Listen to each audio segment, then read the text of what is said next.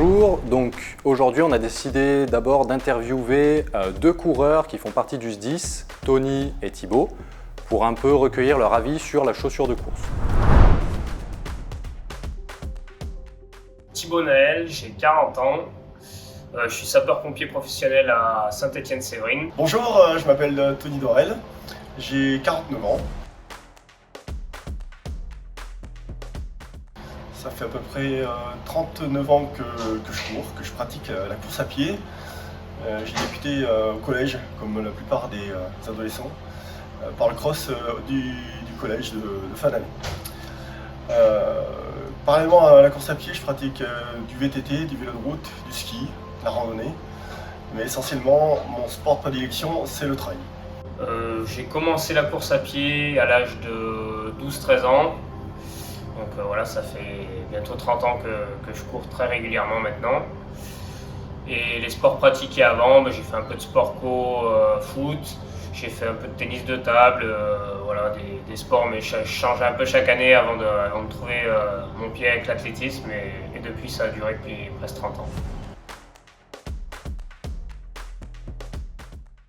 Actuellement, je pratique essentiellement le trail, en moyenne distance et longue distance, pour la saison estivale. Parallèlement à ça, je continue à faire de l'entraînement croisé avec du vélo de route et un peu de la course à pied sur route. En général, je décompose la saison en deux parties. Une partie hivernale où je fais le cross-country, donc plutôt sur terrain herbe. Et après, une partie à l'automne et printemps où je fais plus course sur route, course nature, quoi. Et l'été, je cours moins en compétition, c'est plus les vacances, le rythme familial. Donc voilà, je me prends moins la tête sur la période estivale. Là maintenant, je cours jusqu'au semi-marathon. J'envisage de recourir à un marathon peut-être sur les 2 prochaines années. Je pense que je réessayerai encore un marathon, mais sinon je cours plutôt entre le 5 km et le semi-marathon.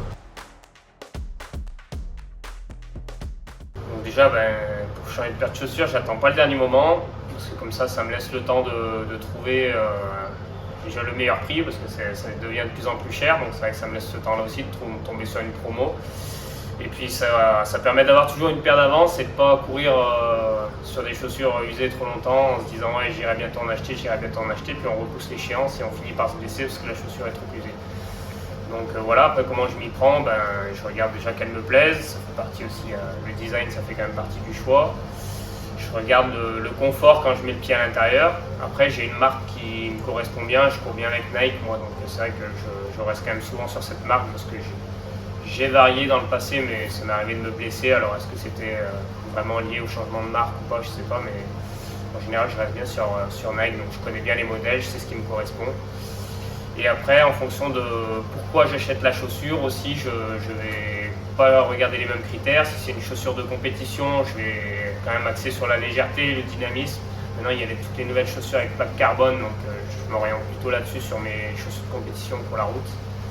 Et après, pour mes chaussures d'entraînement, là, je vais plutôt aller chercher le confort, l'amorti, pour me préserver articulairement. Pour moi, mes habitudes, en fonction de la discipline que je vais faire, dans laquelle je vais évoluer, j'aurais dit 2 types de baskets. La basket pour le trail ou la basket pour le bitume, pour la route.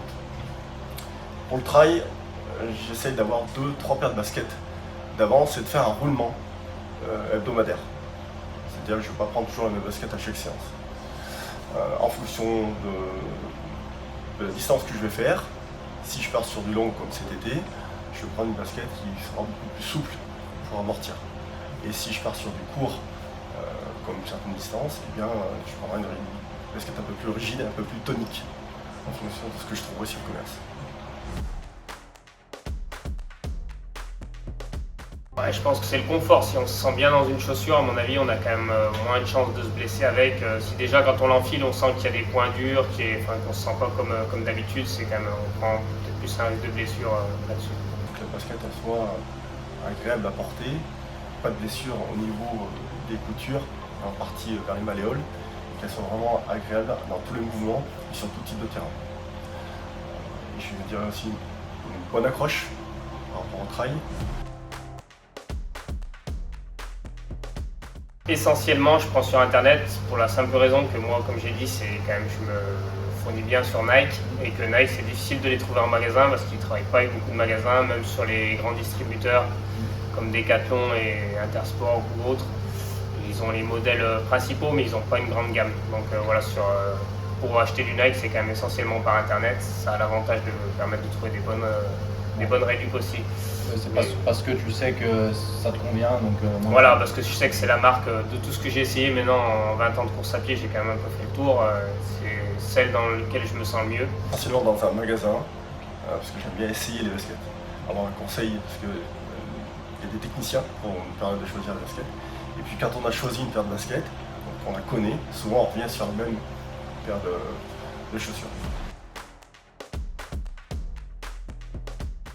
En général, on ressent un peu plus les cailloux quand on va courir, on sent que l'amorti est un peu tassé. Bon, ça j'arrive à le ressentir, mais c'est vrai que souvent quand on ressent vachement les cailloux, les aspérités sur la route ou le chemin, alors on se dit que tiens, peut-être la chaussure elle commence à fatiguer. Et après, sinon, comme les pneus de voiture, en dessous il y a des crampons. Moi j'ai quand même une foulée où je suis assez dynamique et j'use vachement les crampons. Et quand je vois que la chaussure commence à devenir un peu lisse dessous, je sais que c'est le moment de changer de boutasse. Je fatigue assez vite avec le basket, malheureusement.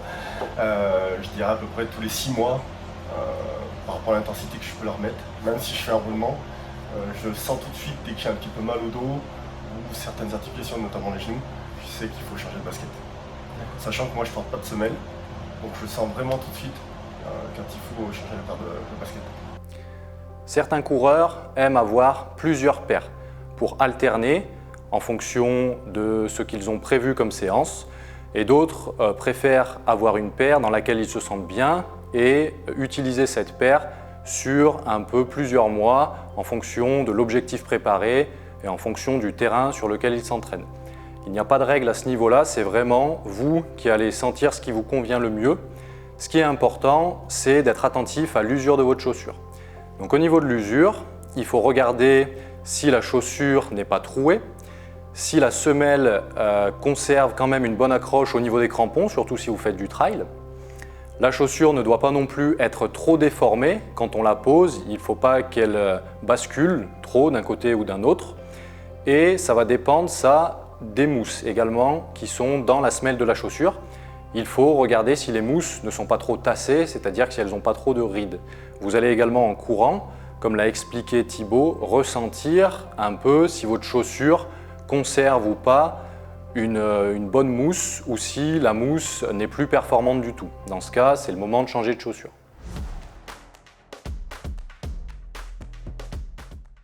Oui, clairement. Je dirais que oui.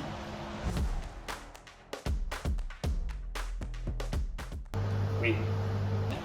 Bien sûr.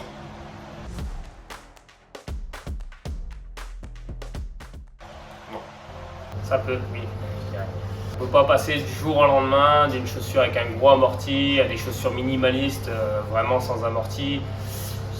Voilà, il y en a, c'est vrai qu'il y avait un peu une tendance d'aller plus vers le minimalisme, de retrouver un peu la course à l'état naturel, mais je pense que ça se fait si on veut aller tendre vers ça, il faut que ça soit sur la durée, sur la progressivité, parce que les articulations, elles, se sont habituées à courir avec des amortis. Et forcément, s'il y a moins d'amorti sur la chaussure, c'est les articulations qui vont compenser cette diminution d'amorti au niveau de la chaussure. Et là, il y a des gros risques de blessures si vraiment on change. Pour y voir un peu plus clair, je vais essayer de vous résumer ce qu'on sait aujourd'hui au niveau scientifique sur la chaussure de course en répondant tout simplement aux 3 questions posées à nos 2 experts coureurs. Donc tout d'abord, au niveau du poids de la chaussure, ça va influencer sur la performance d'un coureur. Plus une chaussure est légère, plus on va performer. Ça va permettre en fait une meilleure économie de course. La science est assez claire sur ce sujet-là. Et le marketing aujourd'hui l'a aussi bien compris, puisque les vendeurs de chaussures sont capables de créer des chaussures qui sont à la fois légères, mais qui ont des nouveaux matériaux et qui permettent en fait d'avoir des semelles assez épaisses quand même. Attention à ce niveau-là, si vous n'avez pas l'habitude de courir avec des chaussures loin du sol, une semelle épaisse peut apporter des fois un manque de stabilité et donc il faut être vigilant et il faut d'abord connaître un peu le type de chaussure qui vous convient.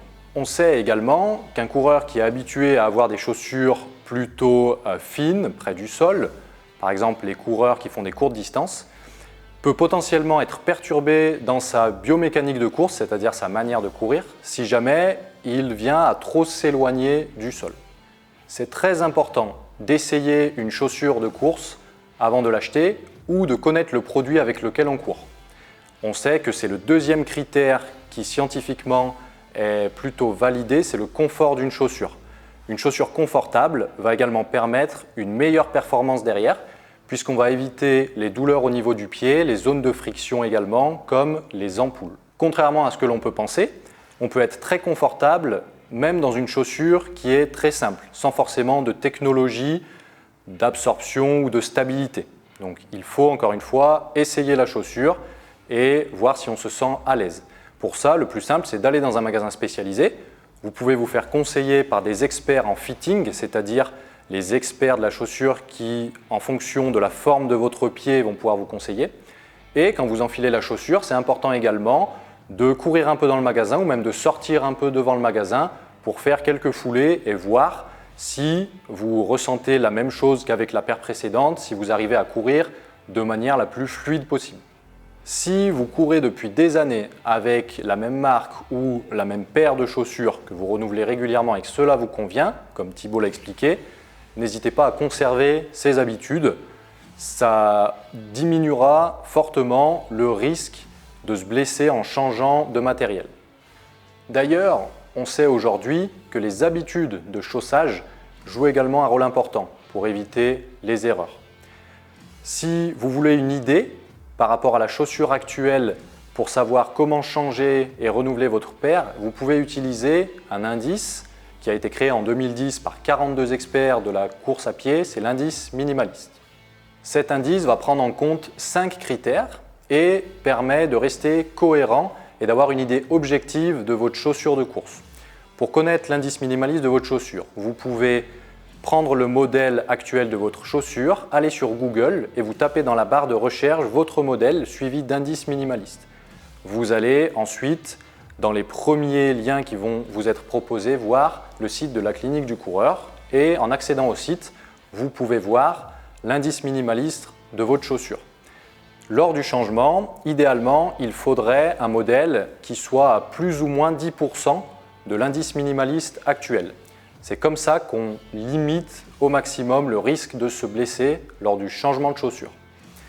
Il faut garder en tête que cet indice minimaliste a une importance plus importante sur la route que sur le trail. Chaque changement, s'il est trop brutal, peut amener une augmentation du risque de blessure. Donc soyez vigilants et soyez très progressif. Vous pouvez, quand vous changez de chaussure, courir avec votre ancienne paire, puis quand vous revenez chez vous, mettre la nouvelle paire et rajouter par exemple juste 5 minutes au début de course, puis après augmenter progressivement le temps de course. Sur le site de la clinique du coureur, vous pouvez également retrouver les boutiques spécialisées, donc sur Saint-Étienne ou dans votre région. Et vous pouvez également trouver les professionnels de santé qui sont formés autour de la course à pied. J'espère que cette vidéo vous a donné plus d'informations sur la chaussure de course et que vous allez pouvoir y voir un peu plus clair lors de vos changements de chaussures. Merci à tous et à bientôt.